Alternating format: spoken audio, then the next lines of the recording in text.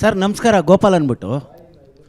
ಈ ರಾಮ ಮಂದಿರ ಕಟ್ಟೋದಕ್ಕೆ ನಿಮ್ಮ ಪಕ್ಷದ ಹಿರಿಯ ನಾಯಕರು ಮತ್ತು ಮಾಜಿ ಮುಖ್ಯಮಂತ್ರಿಗಳಾದ ಜಗದೀಶ್ ಶೆಟ್ಟರು ಸುಮಾರು 2 ದಿವಸದ ಹಿಂದೆ ನಾನು 2 ಕೋಟಿ ದೇಣಿಗೆಯನ್ನು ಕೊಟ್ಟಿದ್ದೀನಿ, ನಾನು ಎಲ್ಲೇ ಇದ್ದರೂ ಯಾವ ಪಕ್ಷದಲ್ಲಿದ್ದರೂ ರಾಮನ ಭಕ್ತನೇ, ಆದರೆ ಬಿ ಜೆ ಪಿಯವರು ರಾಮನ ಹೆಸರು ಹೇಳ್ಕೊಂಡು ದುರುಪಯೋಗ ಪಡಿಸ್ಕೊಳ್ತವ್ರೆ ಅಂತ ಪತ್ರಿಕೆ ಹೇಳಿಕೆಯಲ್ಲಿ ಕೊಟ್ಟಿದ್ದಾರೆ.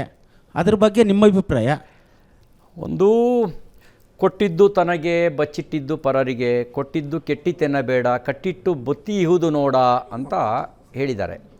ಹಾಗಾಗಿ ಕೊಟ್ಟಿದ್ದು ಬೇರೆ ಯಾವುದೋ ರೂಪದಲ್ಲಿ ವಾಪಸ್ ಬರುತ್ತೆ, ಬಚ್ಚಿಟ್ಟಿದ್ದು ಮಾತ್ರ ಬರಲ್ಲ, ಕೊಟ್ಟಿದ್ದೆಲ್ಲೂ ಕೆಟ್ಟು ಹೋಗಲ್ಲ. ಹಾಗಾಗಿ ಅದ್ರ ಬಗ್ಗೆ ಚಿಂತೆ ಬೇಡ. ಆದರೆ ನಮ್ಮ ಹಿರಿಯರು ನಮ್ಗೆ ಹೇಳ್ಕೊಟ್ರೋದೇನು ಅಂದರೆ, ಇನ್ನೊಂದು ಮಾತು ಹೇಳಿದ್ದಾರೆ, ಬಲಗೈಯಲ್ಲಿ ಕೊಟ್ಟಿದ್ದು ಎಡಗೈಗೆ ಗೊತ್ತಾಗದಂತೆ ಕೊಡಬೇಕು, ಹಾಗೆ ಕೊಟ್ಟರೆ ಮಾತ್ರ ಅದರ ಪೂರ್ಣ ಫಲ ನಿನಗೆ ಸಿಗುತ್ತೆ. ನಾನು ಕೊಟ್ಟೆ ಅಂತ ಹೇಳ್ಕೊಂಡ್ರೆ ಆ ಕೊಟ್ಟ ಲಾಭ ಅಂದರೆ ಏನು, ಅದರ ಪುಣ್ಯದ ರೂಪದ ಲಾಭ ಸಿಗಬೇಕಲ್ಲ, ಅದು ಸಿಗಲ್ಲ ಅಂತ ಹೇಳಿದ್ದಾರೆ. ಹಾಗಾಗಿ ನಾನು ಅದ್ರ ಬಗ್ಗೆ ಕಾಮೆಂಟ್ಸ್ ಮಾಡೋಕ್ಕೆ ಹೋಗಲ್ಲ. ಅವ್ರಿಗೆ ಹೇಳೋದೇನು ಅಂದರೆ, ಜಗದೀಶ್ ಶೆಟ್ಟರು 7 ತಿಂಗಳ ಹಿಂದೆ ಬಿ ಜೆ ಪಿಲೇ ಇದ್ರಪ್ಪ, ಆವಾಗ ಉಳಿದವರು ಈ ಟೀಕೆ ಮಾಡ್ತಿದ್ರು ಅವ್ರ ಮೇಲೆ.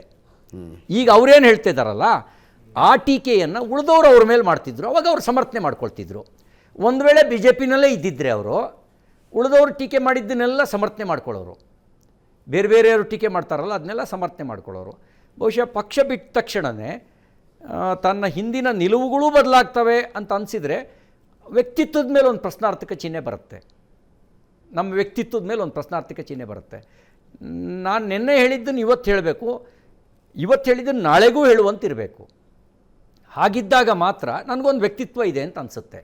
ಇಲ್ಲದೇ ಇದ್ದರೆ ನಾನು ಪಕ್ಷ ಬದಲಾಯಿಸ್ತಿದ್ದಂಗೆ ನನ್ನ ವ್ಯಕ್ತಿತ್ವವೂ ಬದಲಾಗ್ಬಿಡ್ತು ಅಂತ ಅನ್ನುವಂಥ ಒಂದು ಭಾವನೆ ಬಂದರೆ ನಮ್ಮ ವೈಯಕ್ತಿಕವಾಗಿರುವಂಥ ವರ್ಚಸ್ಸು ಮೇಲೆ ಅದರ ಪರಿಣಾಮ ಬೀರುತ್ತೆ.